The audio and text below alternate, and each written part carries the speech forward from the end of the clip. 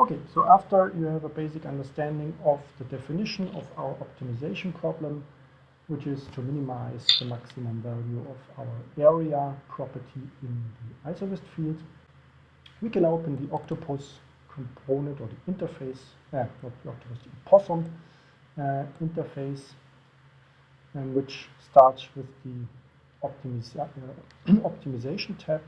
So here you can choose if you want to minimize or maximize the objective value. We stay with minimize. That's the algorithm that is used, the RBF opt.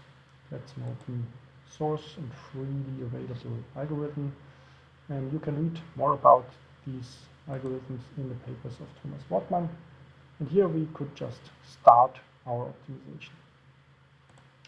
We have here additional settings, especially for the duration of our optimization. So you can say you want to run it with so and so many iterations, or you say you want to stop if there is no improvement during the optimization, or you just define a time, which we will do in our case. And here are some expert settings that we don't want to consider here. For our optimization, I will just run the simulation for 5 minutes.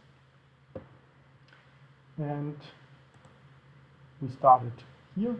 An important thing, before you start an optimization, make sure you right-click on the gene pool and you randomize the values, all the values, 100% of the values, in order to start from scratch, so that you don't start from the result from another optimization run.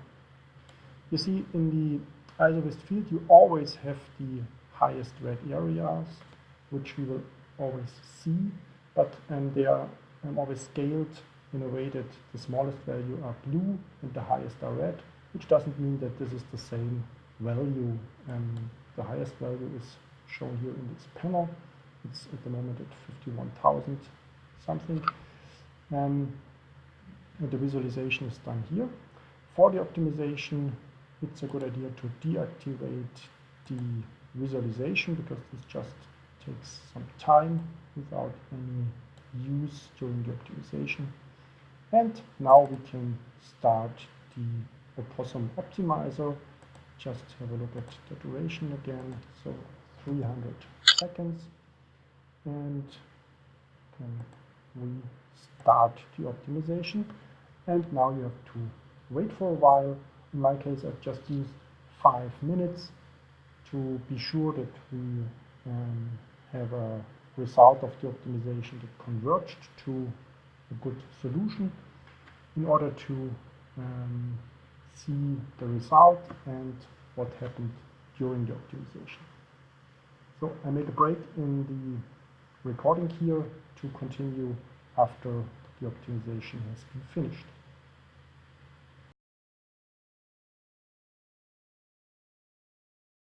Okay, after we waited for 5 minutes, you see the Opossum has been stopped at iteration 207 in my case. So the performance, the speed of the optimization depends on your computer. And we created this kind of result.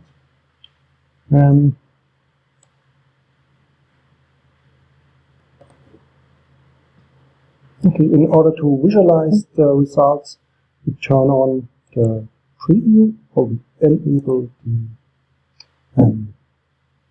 boundary surface. So now we can see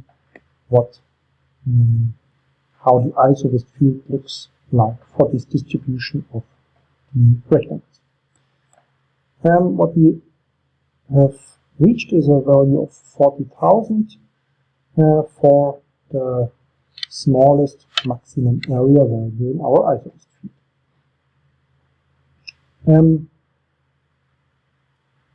Now we want to compare how the same problem can, or how another optimizer, our well-known Galapagos optimizer, is working with the same problem. Therefore, I've linked the Galapagos inputs to the same parameters, and we use again the minimization of our value. We can use here again the same settings, so we use 5 minutes.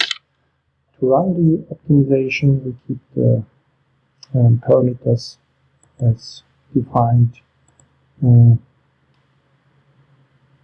as the preset, and we run our solver. And just before we do this, we should deactivate again the preview. So this component here, it's only working if I close the Opossum, the Octopus window, disable it, and don't forget to randomize the gene pool again, otherwise it would be not fair to start from the result from the other optimizer. And now we open it again. Unfortunately, the settings are lost for 5 minutes. We use the presets and we run our solver. Again, I make a break in the video and we continue after the solver has run for 5 minutes. Okay, after running the Galapagos optimizer for 5 minutes, we find the result here, which is equally good, a little bit better even as the one from Opossum in a similar amount of time that we needed to compute it. Of course, since there is some kind of randomness involved in this process in the initial setup of the chromosomes of the gene pool, and especially in the evolutionary optimization, you know, the crossover, the mutation, that's all done based on some random values. This cannot be ensured that we get this result. But in terms of the results, both optimizers have returned a similar good result. So here there is no advantage that we can find from the Opossum optimizer. Nevertheless, it's similar good as the one from Galapagos. The randomness involved in the process can also be seen by looking at the result of the Galapagos optimizer, which looks different than the one from Opossum. We can also activate again our view field, so you see the result differs from the one generated by Opossum. Nevertheless, it's good to have 2 optimizers available. In terms of the results, they are comparable, but Opossum offers you a really interesting and highly potential way of visualizing the design space, respectively the solution space of your design problem, which is shown in the next lesson. So for now, I hope you have a good idea how to use the optimizer. I presented another example that can be also used with Galapagos, so you have a direct comparison. And if you realize that there is a problem with one optimizer, you can just change to the other one and see if it works better for your problem.